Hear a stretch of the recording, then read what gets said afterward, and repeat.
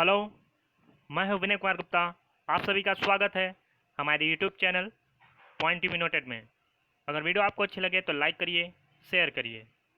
अगर आप चैनल पर नए हैं तो चैनल को सब्सक्राइब करें। वीडियो का अगला नोटिफिकेशन प्राप्त करने के लिए बेल आइकन को ज़रूर दबाएं और वीडियो को पूरा एंड तक देखें। आज का हमारा टॉपिक है एनसीईआरटी का चार्ट साइंस का जो 10वां अध्याय है उस पर आज हम चर्चा करेंगे।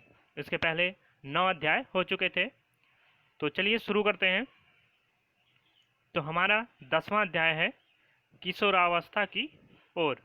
तो इसमें हम जब व्यक्ति जो है या जो बालक होता है जब किशोरावस्था की ओर प्रवेश करता है तो उनमें क्या क्या परिवर्तन होते हैं, इन सब चीज़ों के बारे में हम इस अध्याय में जानेंगे। तो जो भी इसमें इम्पॉर्टेंट पॉइंट होंगे बस उसी पर हम चर्चा करेंगे, क्योंकि अगर एक एक लाइन पढ़ेंगे तो बहुत ज़्यादा टाइम ले लेगा। इस अध्याय में आप मानव के शरीर में होने वाले परिवर्तनों के विषय में पढ़ेंगे, जिनके उपरांत वह जनन हेतु सक्षम हो पाते हैं।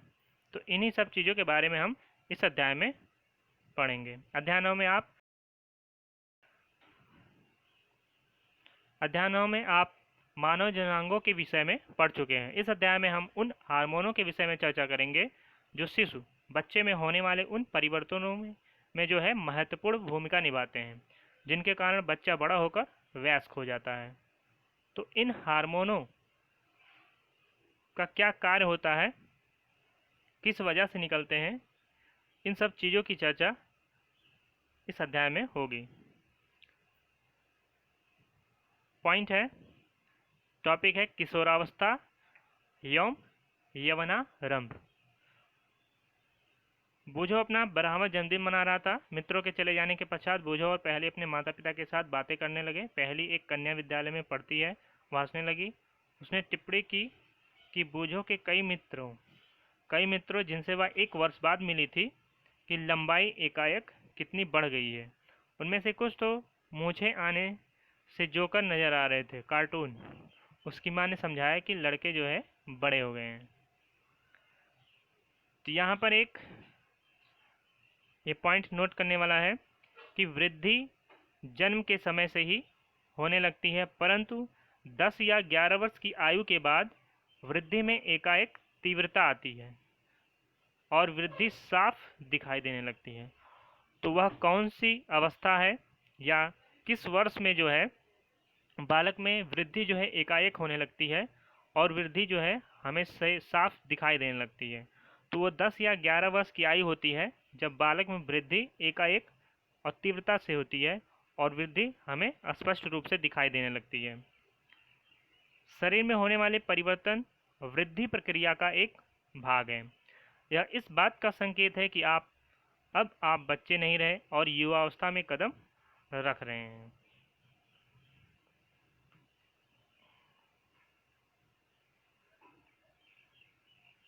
तो शरीर में होने वाले इस परिवर्तन की अवधि कब तक रहती है?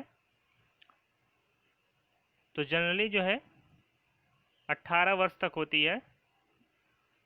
18 वर्ष तक हमें परिवर्तन देखने को मिलता है। जीवन का यह ऐसा अजीब काल है कि इसमें आप ना तो बच्चे रहते हैं और ना ही बड़े। तो जो किशोरावस्था होती है 11 से 12 वर्ष में शुरू होता है किशोरावस्था और 18 वर्ष तक माना जाता है। तो यह ना तो बच्चे रहते हैं और ना ही बड़े। मैं जिज्ञासु हूँ कि क्या बाल्यकाल यौवनावस्था के मध्य की इस अवधि को क्या कोई विशेष नाम है? तो वो नाम होता है किशोरावस्था। क्या होता है? किशोरावस्था। बाल्यकाल और युवावस्था के मध्य की जो अवधि होती है वो होती है किशोरावस्था।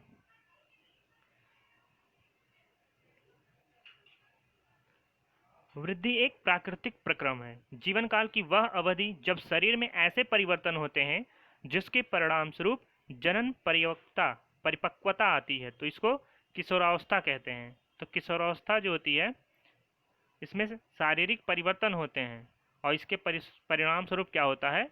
जनन परिपक्वता आती है। यही हमारा किशोरावस्था होता है। किशोरावस्था की और भी विशेषताएं हैं कि इस अवस्था में क्या होता है, जो किशोर बालक होता है उनमें जो है वो समझ नहीं पाता कि हम किस डायरेक्शन में जाएं। मतलब वो अपने लक्ष्य को जो है समझ नहीं पाता कि हम किस चीज़ को करें जिससे हमारा जो भविष्य है वो उज्जवल हो। मतलब उतार चढ़ाव की अवस्था होती है किशोरावस्था। संघर्ष एवं तूफान की अवस्था भी होती है। आपने मनोविज्ञान में पढ़ा था। तो किशोरावस्था लगभग 11 वर्ष की आयु से प्रारंभ होकर 18 या 19 वर्ष की आयु तक रहती है। तो किशोरावस्था की अवधि क्या होती है? 11 या 12 वर्ष की आयु से प्रारंभ होकर 18 या 19 वर्ष की आयु तक रहती है। यह अवधि, क्योंकि अंग्रेजी के टीन्स 13 टू 18 या 19 वर्ष की आयु, टीन्स का मतलब क्या है? 13 से 18 या 19 वर्ष की आयु तक होती है।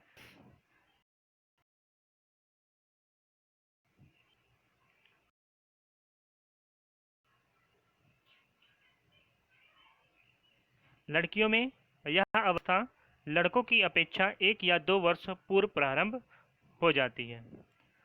तो अगर लड़कियों की बात करें तो ये इनमें जो है किशोरावस्था जो होती है वो लगभग आप मान सकते हैं 10 वर्ष में ही शुरू हो जाता है, और लड़कों का 11 से 12 वर्ष में शुरू होता है किशोरावस्था। तो 2 वर्ष पूर्व प्रारंभ हो जाता है इनकी किशोरावस्था लड़कियों में। किशोरावस्था की अवधि व्यक्तियों में भिन्न भिन्न होती है। तो किशोरावस्था की जो अवधि होती है वो अगर हम अलग अलग व्यक्तियों की बात करें तो भिन्न भिन्न भी हो सकती है, लेकिन जो इसकी सीमा है वो 10 से 18-19 के आसपास ही होता है, के बीच ही होता है किशोरावस्था। उसके पहले न उसके बाद होती है। किशोरावस्था के दौरान मनुष्य के शरीर में अनेक परिवर्तन आते हैं। यह परिवर्तन यौनारंभ का संकेत है। तो यही जो परिवर्तन होते हैं, तो ये परिवर्तन क्या है? यौनारंभ का संकेत माने जाते हैं। इनमें से सबसे महत्वपूर्ण परिवर्तन है लड़के एवं लड़कियों की जो जनन क्षमता होती है उसका विकास होता है। किशोर की जनन परिपक्वता के साथ ही यौनारंभ समाप्त हो जाता है।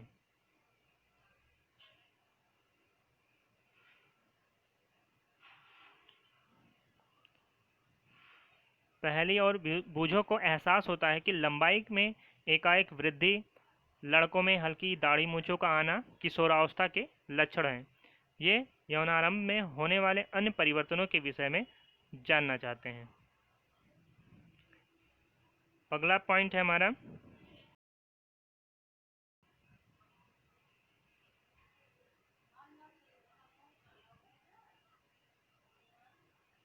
यौनारंभ में होने वाले परिवर्तन। पहला है हमारा लंबाई में वृद्धि। जब यौन का आरंभ होता है तब बहुत सारे परिवर्तन होते हैं। तो उसमें पहला है परिवर्तन लंबाई में वृद्धि।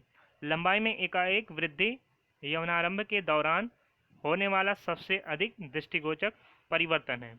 तो आपने देखा होगा जब यौनारंभ होता है तो कई बच्चे ऐसे होते हैं कि आप 1 साल पहले देखते हैं तो बहुत छोटे होते हैं। जब उनका यौनारंभ हो जाता है तब तेजी से आप देखेंगे कि 4-5 महीने के अंदर एकाएक उनमें वृद्धि हो जाती है। इस समय शरीर में लंबी अस्थियों की अर्थात हाथ एवं पैरों की अस्थियों की लंबाई में वृद्धि होती है और व्यक्ति लंबा हो जाता है। तो लंबाई में वृद्धि देखने को मिलती है यौनारंभ में।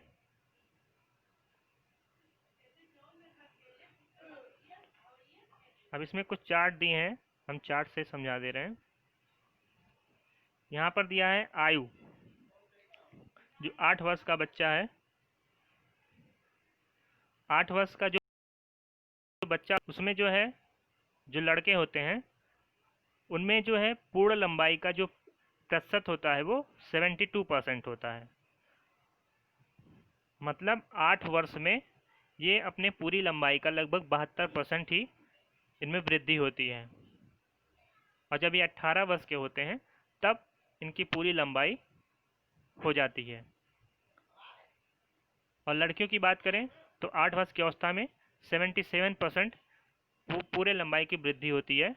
77% 8 वर्ष में, मतलब 8 वर्ष जब होते हैं बच्चे। 9 वर्ष के होते हैं तो 75% लड़कों में वृद्धि होती है पूरे लंबाई की, और 81% लड़कियों में होता है। तो इसी तरह दिया गया है चार्ट, बहुत ज़्यादा इम्पोर्टेंट नहीं है। देखिए यहाँ पर 18 वर्ष का जब हो जाता है तो दोनों में पूर्ण विकसित हो जाती है, लंबाई जो होती है पूरा हो जाता है। अब इसके बाद उनकी लंबाई बढ़ना बंद हो जाता है। यहाँ पर फार्मूला दिया है, इससे आप जो है लंबाई निकाल सकते हैं, पूरी लंबाई, पूर्ण लंबाई के लिए गणना। तो यहाँ पर दिया है कि वर्तमान लंबाई, मान लीजिए कि कोई 10 वर्ष का बालक है, उसकी लंबाई है 10, जब वो 10 वर्ष का है और उसकी लंबाई है 120 सेंटीमीटर। कितना? 120 सेंटीमीटर उसकी लंबाई है 10 वर्ष की अवस्था में। तो मान लीजिए 10 वर्ष की अवस्था में उसकी लंबाई कितनी है? 120 सेंटीमीटर। तो वर्तमान लंबाई कितना हुआ? 120 अपॉन वर्तमान आयु में पूर्ण लंबाई का प्रतिशत। अब यहाँ पर प्रतिशत देखेंगे कि 10 वर्ष में लड़कों में 78% होता है। कितना? 78% वृद्धि होती है। तब लिखेंगे 120 अपॉन 78 इंटू 100। इसको सॉल्व कर देंगे, जो आएगा उसकी लंबाई हो जाएगी पूरी लंबाई। जब वो 18 वर्ष का होगा तब उसकी पूरी लंबाई आपको निकल के आ जाएगी। जैसे यहाँ पर उदाहरण दिया है कि एक लड़का जिसकी आयु 9 वर्ष है और लंबाई 120 सेंटीमीटर है, वृद्धि काल समाप्ति पर उसकी अनुमानित लंबाई क्या होगी? 120 अपॉन जो 9 वर्ष का बालक होता है, लड़का होता है, उसकी पूरे लंबाई का 75% वृद्धि होती है और इंटू 100 कर देंगे तो आएगा 160 सेंटीमीटर। मतलब जब वो बालक 18 वर्ष का होगा तब उसकी लंबाई कितनी हो जाएगी? लगभग 160 सेंटीमीटर। और इसके बाद उसकी वृद्धि रुक जाएगी। जरूरी नहीं है रुक ही जाए, लेकिन ऐसा माना जाता है कि 18 वर्ष के बाद लंबाई में वृद्धि नहीं होती है।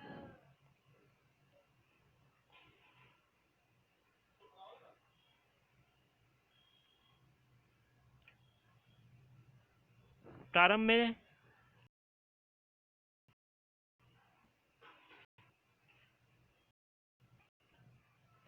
में लड़कियां लड़कों की अपेक्षा अधिक तीव्रता से बढ़ती हैं, परंतु लगभग 18 वर्ष की आयु तक दोनों अपनी अधिकतम लंबाई को प्राप्त कर लेते हैं।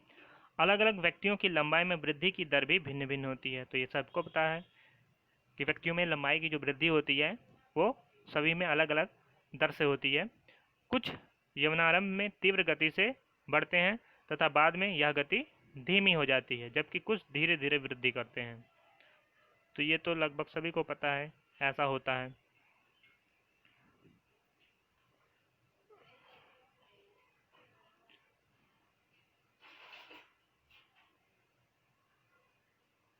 पहली को चिंतित होने की आवश्यकता नहीं है। शरीर के सभी अंग समान दर से वृद्धि नहीं करते हैं। पहली क्या सोचती है कि मैं लंबी हो गई हूँ परंतु शरीर की तुलना में मेरा चेहरा छोटा है। तो पहली को चिंतित होने की आवश्यकता नहीं है। शरीर के सभी अंग जो है वो समान दर से वृद्धि नहीं करते हैं। कभी कभी किशोर के हाथ पैर शरीर के अन्य अंगों की अपेक्षा बड़े दिखाई देते हैं, परंतु शीघ्र ही दूसरे भाग भी वृद्धि कर शारीरिक अनुपात को संतुलित कर देते हैं। फलतः शरीर सुडौल हो जाता है, लेकिन वो आनुपातिक रूप से बढ़ते रहते हैं और एक समय आता है कि सभी एक अनुपात में बढ़ जाते हैं।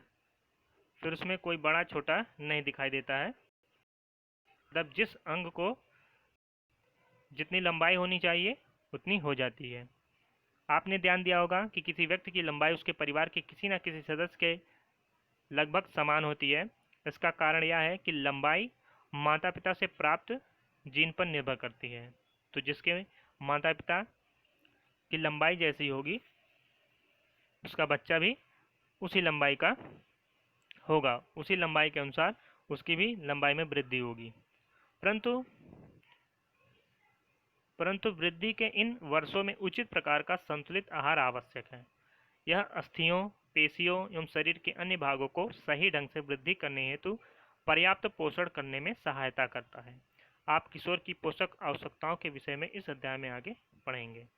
तो हम जानेंगे कि पोषण के लिए हमें क्या क्या जरूरी होता है, कौन से ऐसे पोषक तत्व होते हैं जो हमें लेने चाहिए। अगला है शारीरिक आकृति में परिवर्तन। तो शारीरिक आकृति में परिवर्तन भी होते हैं। क्या आपने ध्यान दिया है कि आपकी कक्षा के छात्रों के कंधे एवं सीना निचली कक्षा के छात्रों की अपेक्षा अधिक चौड़े होते हैं? इसका कारण यह है कि यौनारंभ में प्रवेश कर चुके हैं, जब वृद्धि के कारण कंधे फैलकर चौड़े हो जाते हैं। लड़कियों में कमर का निचला भाग चौड़ा हो जाता है जब यौनारंभ में प्रारंभ करते हैं। वृद्धि के कारण लड़कों में शारीरिक पेशियां लड़कियों की अपेक्षा सुस्पष्ट और कठी दिखाई देती है। अतः किशोरावस्था के दौरान लड़के एवं लड़कियों में होने वाले परिवर्तन अलग अलग हैं। अगला हमारा परिवर्तन है स्वर में परिवर्तन। स्वर में परिवर्तन होने लगता है जब यौनारंभ होता है बालकों में। क्या आपने ध्यान दिया है कि कभी कभी आपकी कक्षा में कुछ लड़कों का आवाज क्या होता है, फटने लगता है? यौनारंभ में स्वर यंत्र या लैरिंग्स, इसी को बोलते हैं, में वृद्धि प्रारंभ होता है। जब स्वर यंत्र या लैरिंग्स में वृद्धि प्रारंभ होता है तब आवाज में भारीपन आ जाता है, आवाज फटके आने लगती है, मतलब ऐसा लगता है आवाज बहुत भारी हो गया। लड़कों का स्वर यंत्र विकसित होकर अपेक्षाकृत बड़ा हो जाता है।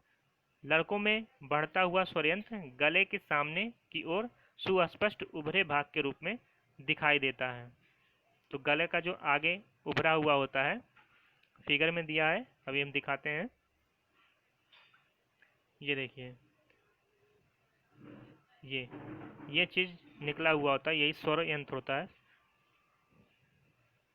जहाँ से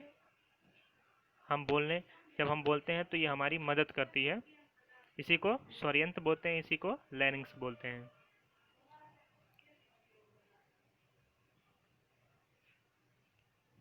तो सुस्पष्ट रूप से दिखाई देती है, जिसे एडम्स एप्पल या कंठमणि कहते हैं। क्या कहते हैं? एडम्स एप्पल या कंठमणि। एडम्स एप्पल या कंठमणि कहते हैं। लड़कियों में स्वर यंत्र अपेक्षाकृत छोटा होता है, अतः बाहर से सामान्यतः दिखाई नहीं देता है। सामान्यतः लड़कियों का स्वर उच्च तारत्व वाला होता है, मतलब जब ये बोलते हैं तो उनकी आवाज़ थोड़ी पतली होती है लड़कों से, क्योंकि उनका उच्च तारत्व होता है, जबकि लड़कों का स्वर गहरा होता है। किशोर लड़कों में कभी कभी स्वरयंत्र की पेशियों में अनियंत्रित वृद्धि हो जाती है और आवाज़ फटने या फर्राने लगती है।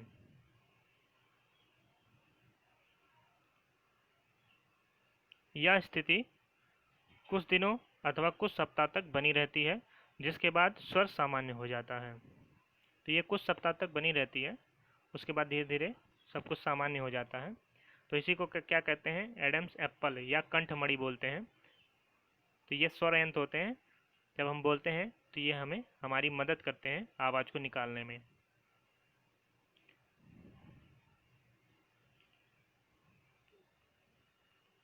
अगला है परिवर्तन, एक अगला परिवर्तन है स्वेद एवं तैल ग्रंथियों की क्रियाशीलता में वृद्धि। स्वेद मतलब पसीना। किशोरावस्था में स्वेद एवं तैल ग्रंथियों का स्राव बढ़ जाता है। इन ग्रंथियों की अधिक क्रियाशीलता के कारण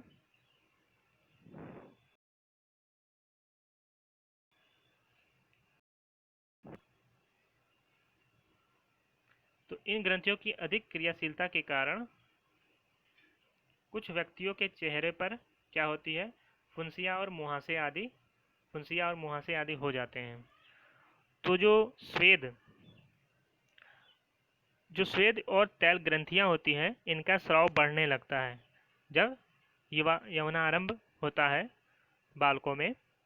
तो उनमें स्वेद और तैल ग्रंथियों की क्रियाशीलता बढ़ जाती है, जिससे क्या होता है? व्यक्तियों के चेहरे पर फुंसियाँ और मुहासे निकलने लगते हैं। तो ये भी संकेत है यौनारंभ का। स्वेद ग्रंथि, तैल ग्रंथि तथा लार ग्रंथि जैसी कुछ ग्रंथियां अपना स्राव वाहियों द्वारा स्रावित करती हैं।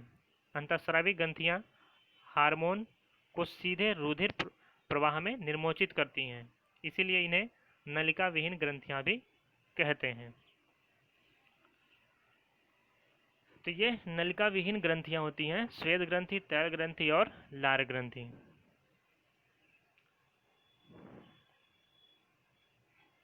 तो जो अंतःस्रावी ग्रंथियां हार्मोन का निर्मोचन करती हैं तो वो सीधे रुधिर प्रवाह में निर्मोचित करती हैं, और इसी वजह से इन्हें क्या कहते हैं, नलिका विहीन ग्रंथियां भी कहते हैं।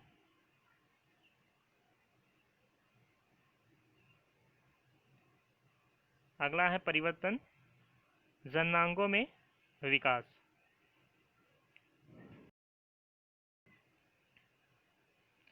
पिछले अध्याय में दर्शाए गए मानव जननांगों का अवलोकन कीजिए। यवनारंग में नर जननांग जैसे कि वृषण एवं शिशु पूर्णतः विकसित हो जाते हैं। तो ये सब पिछले कक्षाओं में पढ़ चुके हैं। वृषण से शुक्राणुओं का उत्पादन भी प्रारंभ हो जाता है। लड़कियों में अंडाशय साइज में वृद्धि हो जाती है और अंड परिपक्व होने लगते हैं। अंडाशय से अंडाणुओं का निर्मोचन भी प्रारंभ हो जाता है। तो ये सभी आप पिछली कक्षाओं में पढ़ चुके थे। मानसिक, बौद्धिक एवं संवेदनात्मक परिपक्वता प्राप्त होना है, तो ये भी परिवर्तन होते हैं यौनारंभ में। किशोरावस्था व्यक्ति के सोचने के ढंग में परिवर्तन की अवधि भी है। तो जब बच्चा किशोरावस्था में प्रवेश करता है तो उसमें सोचने की जो क्षमता होती है उसमें विकास होता है, वो अलग तरीके से सोचने लगता है जब वो किशोरावस्था में पहुंचता है। पहले की अपेक्षा किशोर अधिक स्वतंत्र एवं अपने प्रति अधिक सचेत होता है। उनमें बौद्धिक विकास भी होता है और वे सोचने विचारने में काफ़ी समय लेते हैं।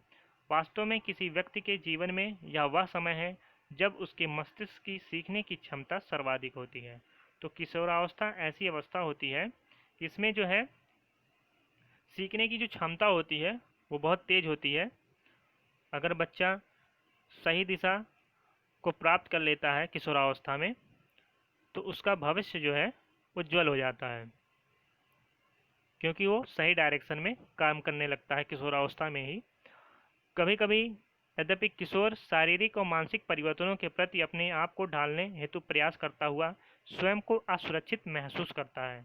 तो हमने कहा था कि यह ऐसी अवस्था है कि बच्चा समझ नहीं पाता कि हम किस डायरेक्शन में जाएं, मतलब निर्णय लेने की जो क्षमता होती है वो सही नहीं होती है, क्योंकि उसके सामने बहुत सारी ऐसी कठिन परिस्थितियां आती हैं जिनको वो झेल नहीं पाता। परंतु किशोर होने के नाते आपको समझना चाहिए कि असुरक्षित महसूस करने का कोई कारण नहीं है। ये परिवर्तन प्राकृतिक है जो शारीरिक वृद्धि के कारण उत्पन्न हो रहे हैं। क्योंकि इतने सारे परिवर्तन होते हैं उस समय, तो वो असहज महसूस करने लगते हैं कि ऐसा क्यों हो रहा है, और उसमें वो कोई निर्णय नहीं ले पाते कि हमें क्या करना चाहिए। गौण लैंगिक लक्षण, कुछ छोटे मोटे लक्षण हैं। अध्ययनों में पढ़ चुके हैं कि वृषण एवं अंडाशय जननांगे वे युग्मक अर्थात शुक्राणु एवं अंडाणु उत्पन्न करते हैं। युवावस्था में लड़कियों में स्तनों का विकास होने लगता है और लड़के के चेहरे पर क्या होते हैं, बाल उगने लगते हैं और दाढ़ी मुंह आने लगती है। तो लड़के के चेहरे पर बाल आने लगते हैं, दाढ़ी मूंछ आने लगती है। ये लक्षण क्योंकि लड़कियों को लड़के से पहचानने में सहायता करते हैं, अतः इन्हें हम क्या कहते हैं, गौण लैंगिक लक्षण कहते हैं। लड़कों एवं लड़के दोनों में ही अगल एवं जांघ के ऊपरी भाग एवं प्यूबिक क्षेत्र में भी बाल आ जाते हैं। तो ऐसा देखने को मिलता है किशोरावस्था में।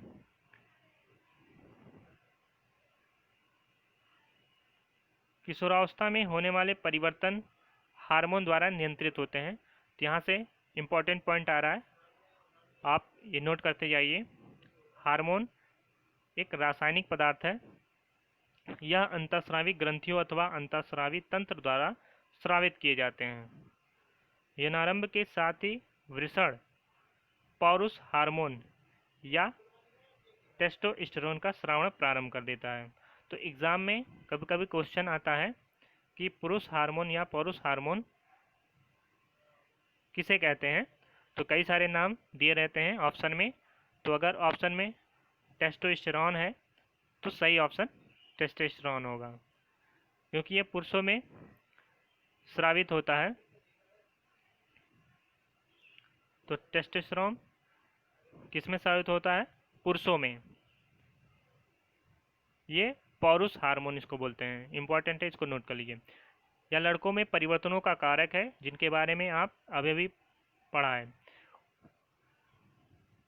उदाहरण के लिए चेहरों पर बाल आना, लड़कियों में यौनारंभ के साथ ही अंडाशय स्त्री हार्मोन या एस्ट्रोजन उत्पादित करना प्रारंभ कर देता है, जिससे स्तन विकसित हो जाते हैं। तो ये भी एक पॉइंट नोट कर लीजिए कि लड़कियों में यौनारंभ के साथ ही अंडाशय स्त्री हार्मोन, जिसको हम बोलते हैं एस्ट्रोजन, तो एस्ट्रोजन को स्त्री हार्मोन बोलते हैं और टेस्टोस्टेरोन को पौरुष हार्मोन। दोनों को आपको याद रखना है, इंपॉर्टेंट है, ये क्वेश्चन पूछा जा सकता है, कई सारे एग्जाम में पूछा भी जा चुका है, तो इसको नोट कर लीजिए। स्त्री हार्मोन एस्ट्रोजन, पुरुष हार्मोन टेस्टोस्टेरोन। दुग्ध स्रावी ग्रंथियां अथवा दुग्ध ग्रंथियां स्तन के अंदर विकसित होती हैं। तो जो स्तन होता है उसके अंदर दुग्ध ग्रंथियां होती हैं, अंदर ही विकसित होती हैं। इन हार्मोनों के उत्पादन का नियंत्रण एक अन्य हार्मोन द्वारा किया जाता है। तो ये जो हार्मोन है एस्ट्रोजन और टेस्टोस्टेरोन हार्मोन, तो इनके उत्पादन का नियंत्रण भी एक अलग हार्मोन करता है, जो किससे स्रावित होता है, पीयूष ग्रंथि या पिट्यूटरी ग्रंथि द्वारा स्रावित किया जाता है। तो ये भी आपको याद रखना है कि पुरुष हार्मोन जिसको क्या बोलते हैं टेस्टोस्टेरोन, और स्त्री हार्मोन जिसको क्या बोलते हैं एस्ट्रोजन, इसको नियंत्रित करने के लिए कौन सा हार्मोन, मतलब किस ग्रंथि से हार्मोन निकलता है जो इन हार्मोनों पर जो है नियंत्रण रखता है, वो है पीयूष ग्रंथि। तो पीयूष ग्रंथि या पिट्यूटरी ग्रंथि से निकलने वाले हार्मोन किसका नियंत्रण करते हैं, स्त्री हार्मोन और पौरुष हार्मोन का नियंत्रण रखते हैं। पिट्यूटरी ग्रंथ और कहाँ पाए जाते हैं, या पीयूष ग्रंथि, ये हमारे सर में पाए जाते हैं।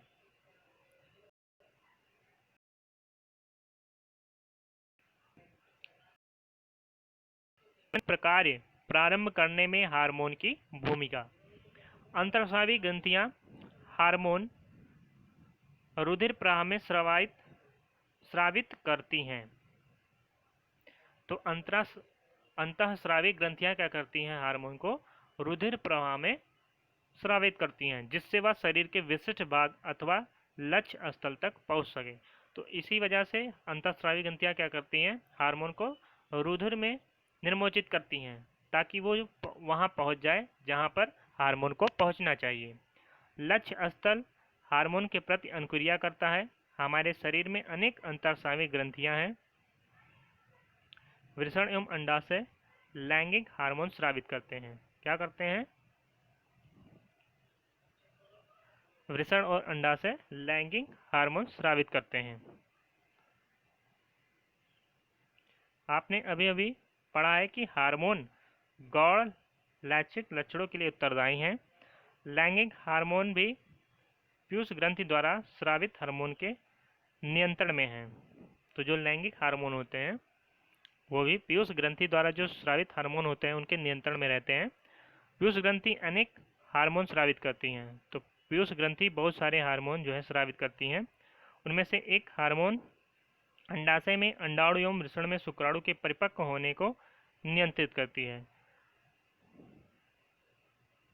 तो अंडाशय में जो अंडाणु होता है और वृषण में जो शुक्राणु होता है उसके परिपक्व होने को नियंत्रित करता है एक प्रकार का हार्मोन जो पीयूष ग्रंथि से स्रावित होता है, ये भी जानिए। तो पीयूष ग्रंथि से स्रावित हार्मोन, पीयूष ग्रंथि से स्रावित हार्मोन जननांगों को टेस्टोस्टेरोन पुरुष या नर में जो पाया जाता है और एस्ट्रोजन स्त्रियों में स्रावित करने के लिए उद्दीपित करता है। तो क्या करता है, उद्दीपित करता है टेस्टोस्टेरोन और एस्ट्रोजन को। पीयूष ग्रंथि से स्रावित होने वाला हार्मोन इन्हें उत्तेजित करता है, उद्दीपित करता है, मतलब रुधिर प्रवाह में स्रावित किया जाता है। तो यही जो हार्मोन होते हैं वो रुधिर प्रवाह में स्रावित किया जाता है तथा शरीर के विभिन्न भागों तक पहुंचता है। यौनारंभ के समय शरीर में परिवर्तनों को उद्दीपित करता है। तो यही हार्मोन जो है उद्दीपित करते हैं। पहली और बूझो आप समझ गए हैं कि यौनारंभ व्यक्ति के जन्म अवधि का प्रारंभ है, जब व्यक्ति जनन की क्षमता प्राप्त करता है। परंतु वे जानना चाहते हैं कि क्या जनन काल एक बार प्रारंभ होने के बाद जीवन पर तक चलता रहता है या कभी समाप्त होता है। तो यह जीवन पर्यंत नहीं चलता है। एक समय की जनन जो क्षमता होती है वो धीरे धीरे समाप्त हो जाती है। अगला है पॉइंट, मानव में जनन काल की अवधि।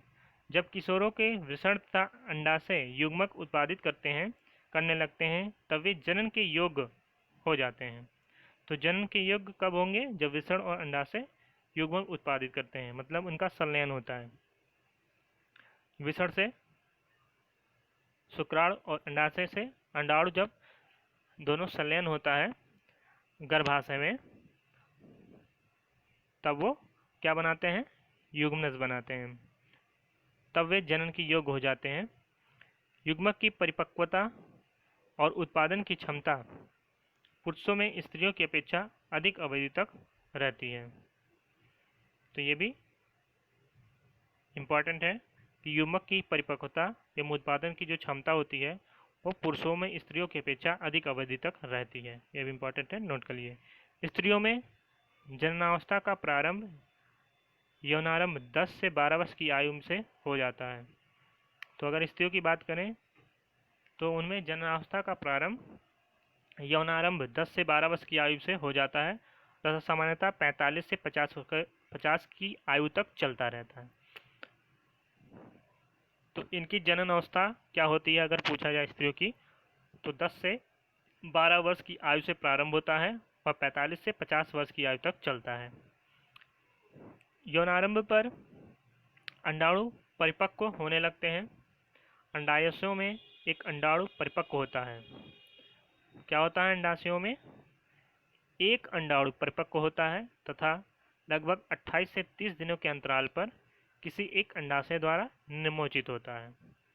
इस अवधि में गर्भाशय की दीवार मोटी हो जाती है जिससे वह अंडाणु के निषेचन के पश्चात युग्मनज को ग्रहण कर सके, जिसके फलस्वरूप गर्भधारण होता है। यदि अंडाणु का निषेचन नहीं हो पाता तब उस स्थिति में अंडाणु तथा गर्भाशय का मोटा स्तर उसकी रुधिर वाहिकाओं सहित निस्तारित हो जाता है। इससे स्त्रियों में क्या होता है? रक्तस्राव हो जाता है, जिसको हम क्या कहते हैं? ऋतुस्राव या रजोधर्म कहते हैं। ऋतुस्राव लगभग होता है, स्राव यौनारंभ में होता है जिसे रजोदर्शन कहते हैं।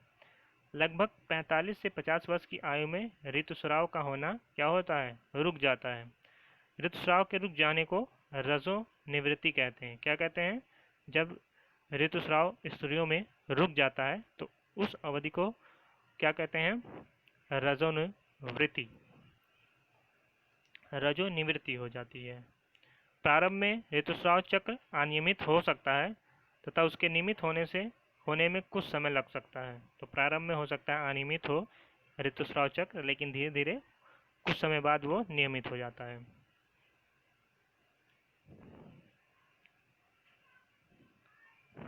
ऋतुस्राव का नियंत्रण हार्मोन द्वारा होता है। इस चक्र में अंडाणु का परिपक्व होना, इसका निर्मोचन, गर्भाशय की दीवार का मोटा होना एवं निषेचन न होने की स्थिति में उसका टूटना शामिल है। यदि अंडाणु का निषेचन हो जाता है तो वह विभाजन करता है तथा गर्भाशय में विकास के लिए स्थापित हो जाता है। जैसा कि आप पिछली कक्षाओं में पढ़ चुके हैं, पिछले अध्याय में पढ़े थे आप। संतति का लिंग निर्धारण किस प्रकार होता है? लड़का अथवा लड़की कैसे जाति निर्धारण करेंगे?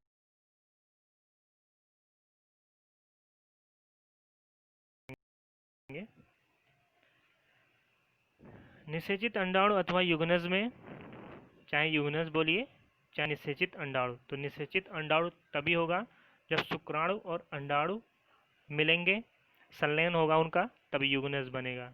तो इसीलिए यहाँ कहा गया है कि निषेचित अंडाणु अथवा युग्मनज में जन्म लेने वाले शिशु के लिंग निर्धारण का संदेश होता है।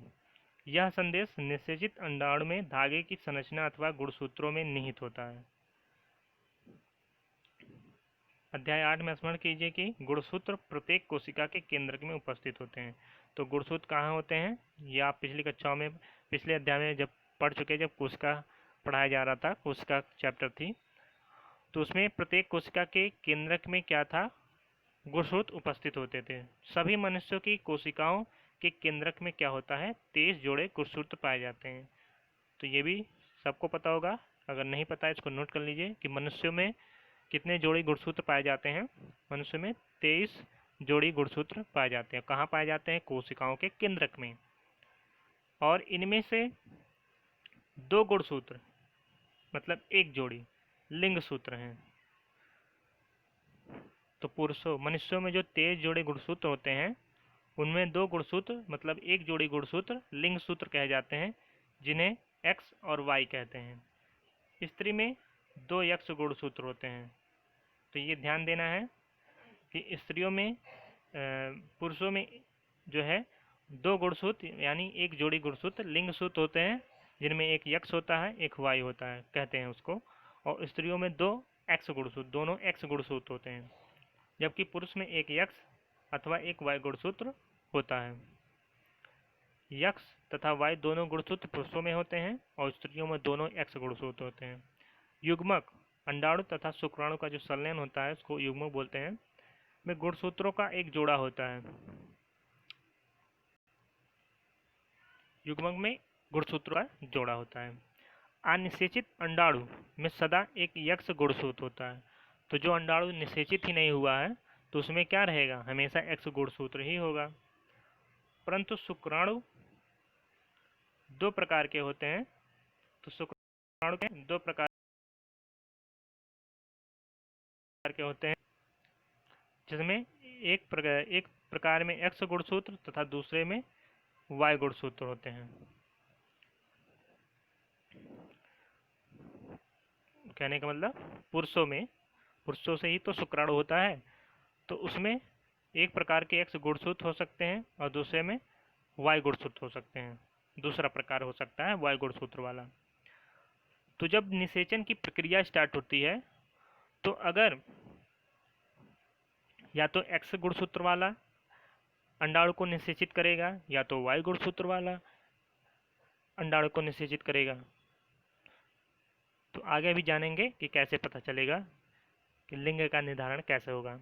जब यक्ष गुणसूत्र वाला शुक्राणु अंडाणु को निषेचित करता है तो युग्नज में 2 यक्ष गुणसूत्र होंगे, क्योंकि यक्ष गुणसूत्र ये शुक्राणु का और अंडाणु का यक्ष गुणसूत्र दोनों मिलके 2 गुणसूत्र हो जाएंगे और तथा वह मादा शिशु में विकसित होगा।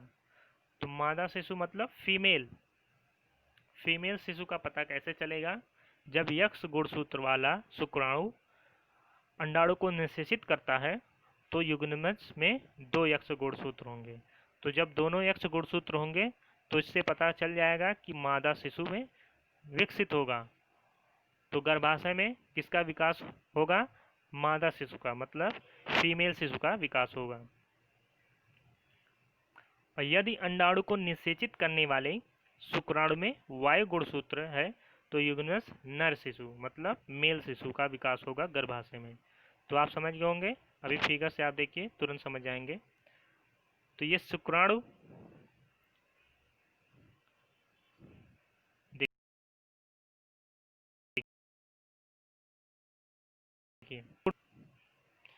इसमें वाई है और ये यक्ष गुणसूत्र वाला अंडाणु है। इनका जब संलयन होता है तो क्या होता है, मेल, कहने का मतलब लड़का। और फिर एक्स या एक्स शुक्राणु वाला जब अंडाणु से संलयन होता है इनका, तब क्या होता है, फीमेल या लड़की होती है। तो बस इस फिगर से ही आप जान जाएंगे, क्योंकि शुक्राणु 2 प्रकार के होते हैं, एक्स गुणसूत्र वाला एक होता है, एक होता है वाई गुणसूत्र वाला। तो वाई वाला जब अंडाणु से निषेचित करेगा तो मेल होगा और एक्स वाला एक्स के साथ निषेचित करेगा तो क्या होगा, फीमेल। अब आप जान गए उसके लिंग का निर्धारण उसके पिता के लिंग गुणसूत्र द्वारा किया जाता है। क्योंकि पिता के लिंग गुणसूत्र द्वारा इसलिए किया जाता है क्योंकि उनमें जो शुक्राणु होते हैं एक यक्ष होता है एक वाई होता है, लेकिन जो अनिषेचित अंडाणु होते हैं वो दोनों एक्स एक्स होते हैं। तो एक्स वाला अगर एक्स से है तो क्या होगा, एक्स एक्स हो जाएगा, और वाई वाला अगर एक्स है तो वाई एक्स हो जाएगा, एक्स वाई हो जाएगा। तो एक्स एक्स है तो ये फीमेल हो जाएगा, और एक्स वाई है तो मेल हो जाएगा। सिंपल सा।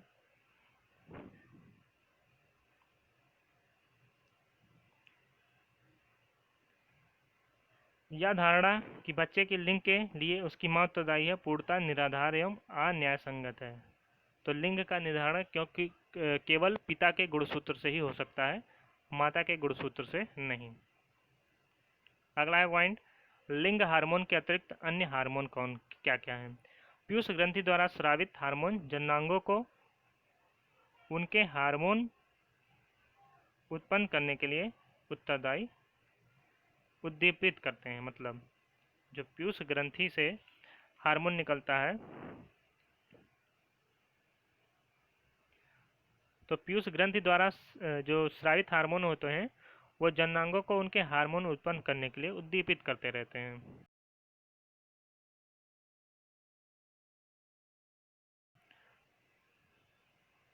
आप पढ़ चुके हैं कि पीयूष ग्रंथि एक अंतःस्रावी ग्रंथि है जो मस्तिष्क से जुड़ी होती है। तो पीयूष ग्रंथि जो है मस्तिष्क में पाई जाती है। पीयूष ग्रंथि वृषण एवं अंडाशय के अतिरिक्त हमारे शरीर में थायराइड, अग्न्याशय और एड्रिनल अधिवृक्क बोलते हैं जैसे कुछ अन्य अंतःस्रावी ग्रंथियां भी हैं। थायराइड ग्रंथि भी होती है, अग्न्याशय ग्रंथि, एड्रिनल ग्रंथि, ये भी सब अंतःस्रावी ग्रंथियां हैं।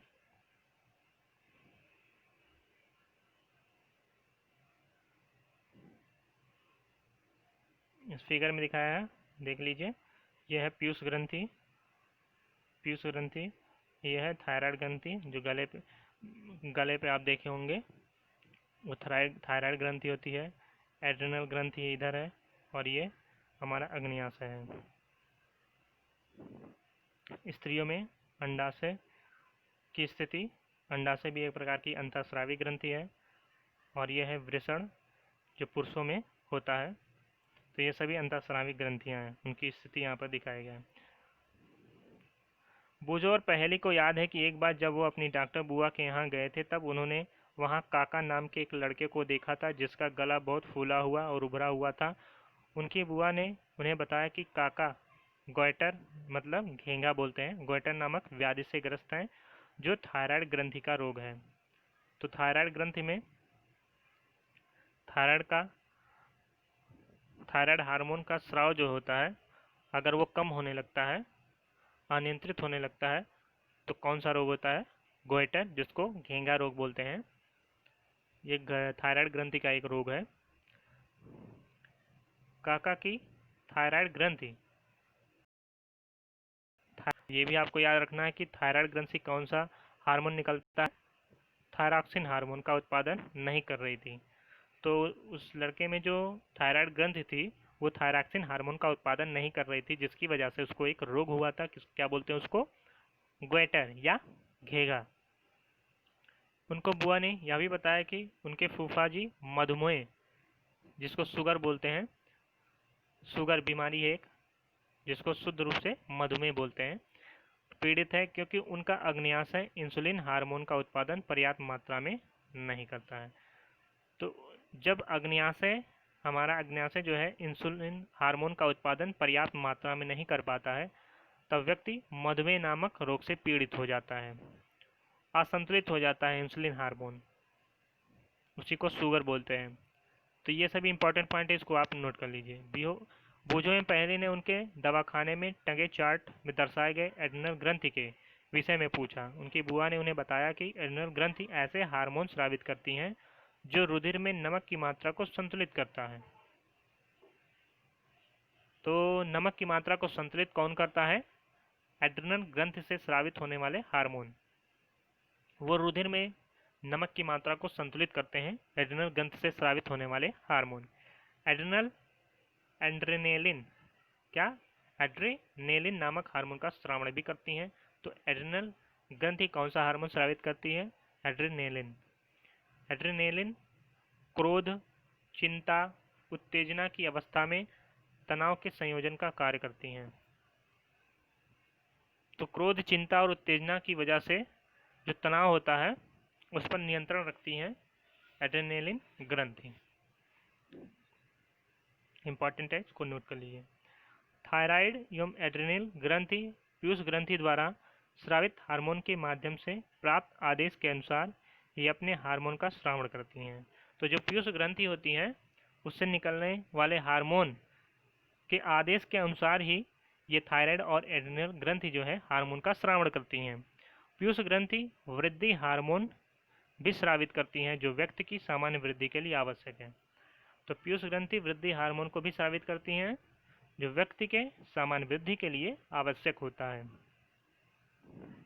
क्या जंतुओं में हार्मोन स्रावित होते हैं? होता है। कीट एवं मेढक के जीवन चक्र पूर्ण करने में हार्मोन का योगदान। आप रेशम के कीट मेढक के जीवन चक्र के विषय में तो पढ़ ही चुके हैं। इल्ली को वयस्क शलभ बनने तक अनेक चरणों से गुजरना पड़ता है। कक्षा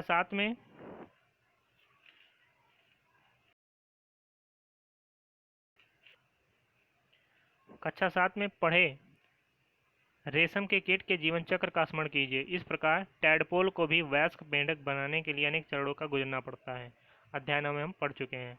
लार्वा से वयस्क बनने के इस परिवर्तन को क्या करते हैं? कायांतरण। मतलब लार्वा पहले रहता है, फिर वो धीरे धीरे वृद्धि करके वयस्क हो जाता है, उसके शरीर में परिवर्तन होने लगता है, हो जाता है, उसी को क्या कहते हैं? कायांतरण। उसी प्रकार हमारे भी शरीर में होता है। कीटों में कायांतरण का नियंत्रण किससे होता है? कीट हार्मोन द्वारा होता है। कीटों में कायांतरण का नियंत्रण कीट हार्मोन द्वारा होता है। मेढक में थायराइड द्वारा स्रावित हार्मोन थायरॉक्सिन इसका नियमन करता है, मतलब नियंत्रण करता है। थायरॉक्सिन के उत्पादन के लिए जल में आयोडीन की उपस्थिति आवश्यक है। यदि जल में जिसमें टैडपोल वृद्धि कर रहे हैं पर्याप्त मात्रा में आयोडीन नहीं है तो टैडपोल वयस्क मेढक में परिवर्तित नहीं हो सकते। तो इसीलिए जब टैडपोल जल में वृद्धि करते हैं तो जल में क्या होना चाहिए? आयोडीन की उचित मात्रा होनी चाहिए, तभी वो वयस्क मेढक में सही तरीके से वृद्धि करेंगे, नहीं तो वो बौने रह जाएंगे, उनमें विकास नहीं होगा, उसमें वृद्धि नहीं होगा सही तरीके से। तो इस प्रकार आपने देखा कि मेढक को भी थायरॉक्सिन हार्मोन की आवश्यकता होती है, जिसमें क्या होता है?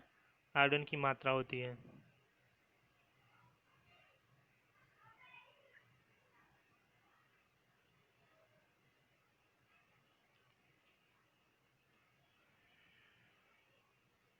अगला पॉइंट है जननात्मक स्वास्थ्य।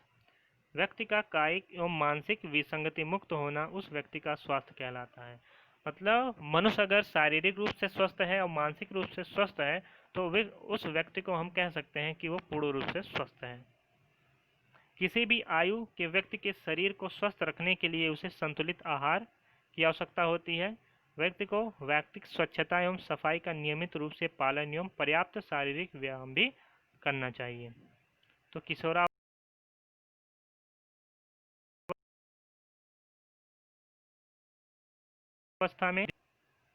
किशोरावस्था में जब शरीर वृद्धि करता है तो उपरोक्त बातें और भी अधिक आवश्यक हो जाती है। तो हमें साफ सफाई पर ध्यान देना चाहिए और संतुलित आहार पर भी ध्यान देना चाहिए, क्योंकि ये ऐसी अवस्था होती है जिसमें वृद्धि जो होती है वो तीव्र गति से होती है। अगर इस टाइम हम पोषण युक्त पदार्थ लेंगे, भोजन करेंगे, तो हमारा शरीर स्वस्थ रहेगा और आगे हमें प्रॉब्लम नहीं आएगी, कोई रोग नहीं होगा। तो इसीलिए हमें संतुलित आहार लेना चाहिए। किशोर की पोषण आवश्यकताएं। किशोरावस्था तीव्र वृद्धि एवं विकास की अवस्था है, अतः किसी भी किशोर को आहार नियोजन अत्यंत सावधानी पूर्वक करना चाहिए। आप पढ़ ही चुके हैं, क्या पढ़ चुके हैं कि संतुलित आहार क्या है?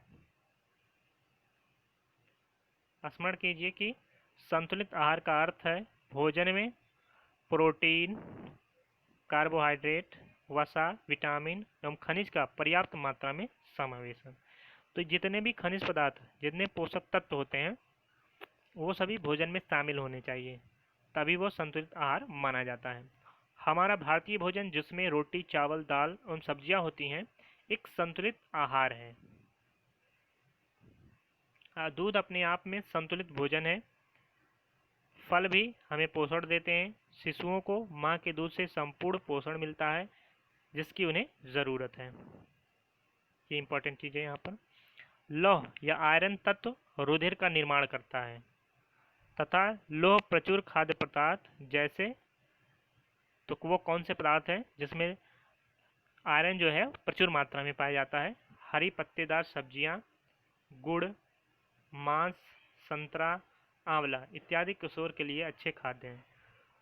तो अगर पूछ ले कि निम्न में से किसमें लोहा या लौह प्रचुर मात्रा में पाया जाता है, तो हरी पत्तेदार सब्जियां, गुड़, आंवला, संतरा, ये सब अगर ऑप्शन में है तो वही ऑप्शन हमारा सही होगा। ये सब एग्जाम हो चुके हैं ये सब।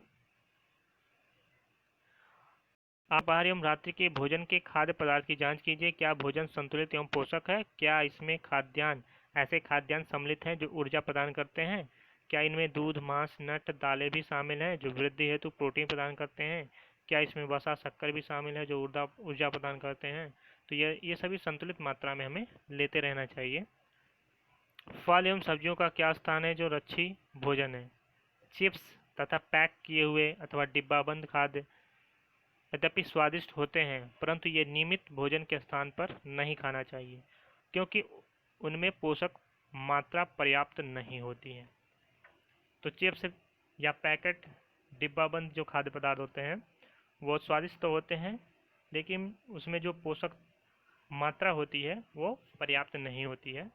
इसलिए हमें बस कभी कभी स्वाद के लिए खा सकते हैं लेकिन वो भोजन के स्तर पर हम उसे नहीं ले सकते।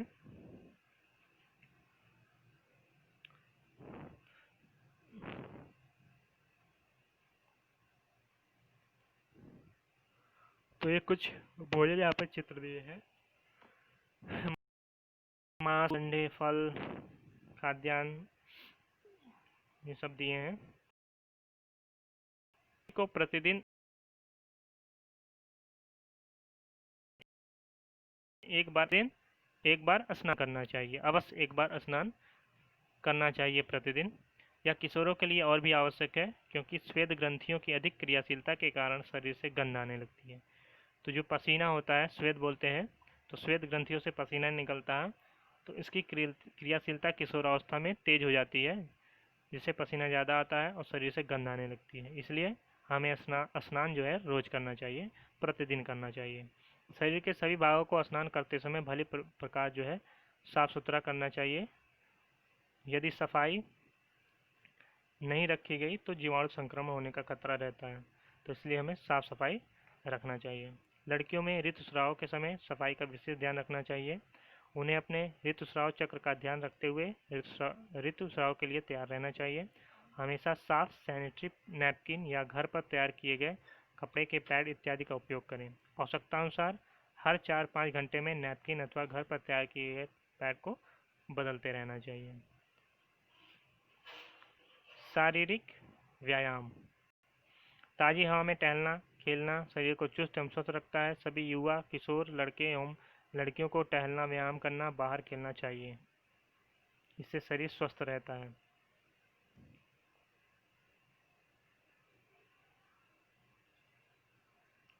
अध्याय 9 एवं इस अध्याय में आपने मनुष्य के जनन संबंधी वैज्ञानिक तथ्य एवं सिद्धांत के विषय में पढ़ा।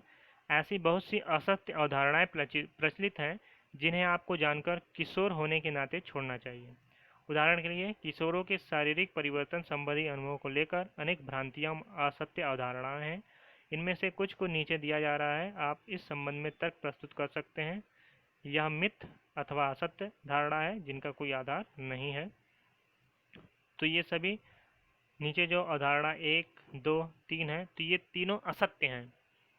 पहला क्या है कि ऋतुस्राव के समय यदि कोई लड़की किसी लड़के को दिखती है तो वह गर्भवती हो जाती है, तो ये बिल्कुल गलत है। संतान के लिंग के लिए उसकी माँ उत्तरदायी होती है, गलत, पिता उत्तरदायी होता है। ऋतुस्राव की अवस्था में लड़की का रसोई का काम करना निषिद्ध है, ये गलत है, ऐसा नहीं करना चाहिए, इससे कोई प्रॉब्लम नहीं है। ये तो प्राकृतिक घटना है, प्राकृतिक चीज़ें हैं जो होती हैं। तो ये पूरी तरह गलत है तीनों पॉइंट।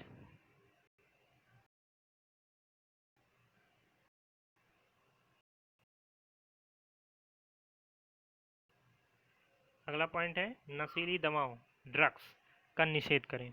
किशोरावस्था व्यक्ति के शारीरिक और मानसिक रूप से अधिक सक्रियता का समय है जो वृद्धिकाल का एक सामान्य भाग है। अतः भ्रमित अथवा असुरक्षित न महसूस करें। यदि कोई व्यक्ति आपको यह बताता है कि किसी ड्रग्स या नशीली दवा के सेवन से आप अच्छा अथवा तनाव मुक्त महसूस करेंगे, तो आपको इसके लिए ना ही कहना चाहिए जब तक वह दवा डॉक्टर द्वारा ना दी गई हो। ड्रग्स नशीली पदार्थ हैं जिनकी लत पड़ जाती है। यदि आप इन्हें एक बार लेते हैं तो आपको इन्हें बार बार लेने की इच्छा होती है, तो इसलिए नशीली दवाएं हमें नहीं लेनी चाहिए। यह परंतु कालांतर में यह हानिकारक है। थोड़े समय के लिए आपको अच्छा लगेगा, लेकिन जैसे जैसे समय होगा बीतता जाएगा यह आपके शरीर को नुकसान पहुंचाते हैं। यह स्वास्थ्य एवं खुशी दोनों को ही बर्बाद कर देती हैं नशीली दवाएं, क्योंकि ये लत जब लग जाती हैं तो आपको पर डे लेने का मन करता है और आपका स्वास्थ्य खराब हो जाता है, आपका जीवन बर्बाद हो जाता है। आपने एड्स के विषय में अवश्य सुना होगा, जो HIV नामक खतरनाक विषाणु या वायरस द्वारा होता है। यह वायरस एक पीड़ित व्यक्ति से स्वस्थ व्यक्ति में ड्रग्स के इस्तेमाल से की जाने वाली जो सिरिंज होती है उसके द्वारा भी जा सकता है। तो वायरस का संक्रमण जो है दूसरे माध्यमों जैसे कि पीड़ित माँ से दूध द्वारा उसके शिशु में हो सकता है। तो HIV से पीड़ित व्यक्ति के साथ लैंगिक संपर्क स्थापित करने के द्वारा भी इस रोग का संक्रमण हो सकता है। तो इन सब चीज़ों का ध्यान देना चाहिए।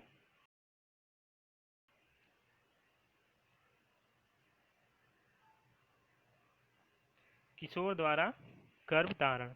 आप समता जानते होंगे कि हमारे देश में विवाह की विधि संगत या कानूनी आयु लड़कियों के लिए 18 वर्ष और लड़कों के लिए 21 वर्ष है। इसका कारण है कि टीन आयु किशोर लड़कियों या माँ शारीरिक या मानसिक रूप से मातृत्व के लिए तैयार नहीं होती है। बाल विवाह, कम उम्र में विवाह तथा मातृत्व से माँ और संतान दोनों में ही स्वास्थ्य संबंधित समस्याएं उत्पन्न हो सकती हैं। इससे युवा स्त्रियों के लिए व्यवसाय के अवसरों में भी कमी आती है, क्योंकि ये मातृत्व की जिम्मेदारी उठाने के लिए सक्षम नहीं होती हैं, अतः वह मानसिक पीड़ा से ग्रस्त हो जाती हैं। तो बाल विवाह नहीं करना चाहिए, क्या नहीं होती है, जिससे उस टाइम जो है बच्चों का भार सह सके। तो हमें ऐसा नहीं करना चाहिए कि बाल विवाह। अब इस चैप्टर से हम क्या सीखते हैं वो देखते हैं। पहला है हमारा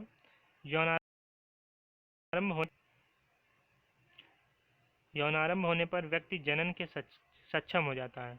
11 वर्ष की आयु से 19 वर्ष तक की अवधि किशोरावस्था कहलाती है। यौनारंभ का प्रारंभ होने पर जनन अंगों में वृद्धि होती है तथा शरीर के विभिन्न स्थानों पर बाल आने लगते हैं। लड़कियों में स्तन विकसित हो जाते हैं और लड़कों के चेहरे पर दाढ़ी मूछें आ जाती हैं। और किशोरावस्था में स्वरयंत्र की वृद्धि होने के कारण लड़कों की आवाज़ फटने लगती है। किशोरावस्था में लंबाई वृद्धि होती है। यौनारंभ एवं जनन अंगों का परिपक्व होना हार्मोनों द्वारा नियंत्रित होता है। हार्मोन अंतःस्रावी ग्रंथियों द्वारा स्रावित पदार्थ हैं जो रुधिर में सीधे पहुंचते हैं। पीयूष ग्रंथि हार्मोन स्रावित करते हैं जैसे कि वृद्धि हार्मोन तथा अन्य ग्रंथियों वृषण, अंडाशय, थायराइड और एड्रेनल को हार्मोन स्रावित करने के लिए उद्दीपित करते हैं। अग्न्याशय इंसुलिन का, थायराइड थायरक्सिन का और एड्रेनल एड्रेनेलिन हार्मोन का उत्पादन करते हैं। तो ये इंपॉर्टेंट है, इसको आप नोट कर लीजिए। टेस्टोस्टेरोन नर हार्मोन है तथा एस्ट्रोजन मादा हार्मोन है। गर्भाशय की दीवार निषेचित अंडाणु या इग्नस को ग्रहण लिए अपने आप को तैयार करती हैं। निषेचन न होने की स्थिति में गर्भाशय की दीवार की आंतरिक सतह निस्तारित होकर शरीर के बाहर रक्त के साथ प्रवाहित हो जाती है। इसे ऋतुस्राव या रजोधर्म कहते हैं। आजन्मे शिशु का लिंग निर्धारण इस बात पर निर्भर करता है कि युग्नज में XS गुणसूत्र है अथवा XY गुणसूत्र। XX है तो लड़की, XY है तो लड़का। किशोरावस्था में संतुलित आहार करना और व्यक्तिगत स्वच्छता का पालन करना महत्वपूर्ण होता है। तो ये थे इस चैप्टर के सारांश। तो आई होप आपको वीडियो अच्छी लगी होगी। अगर वीडियो आपको अच्छी लगी तो लाइक करिए, शेयर करिए। अगर आप चैनल को सब्सक्राइब करें और वीडियो का अगला नोटिफिकेशन प्राप्त करने के लिए बेल आइकन को ज़रूर दबाएं। तो मिलते हैं अगले वीडियो में अगले चैप्टर के साथ। तब तक के लिए धन्यवाद।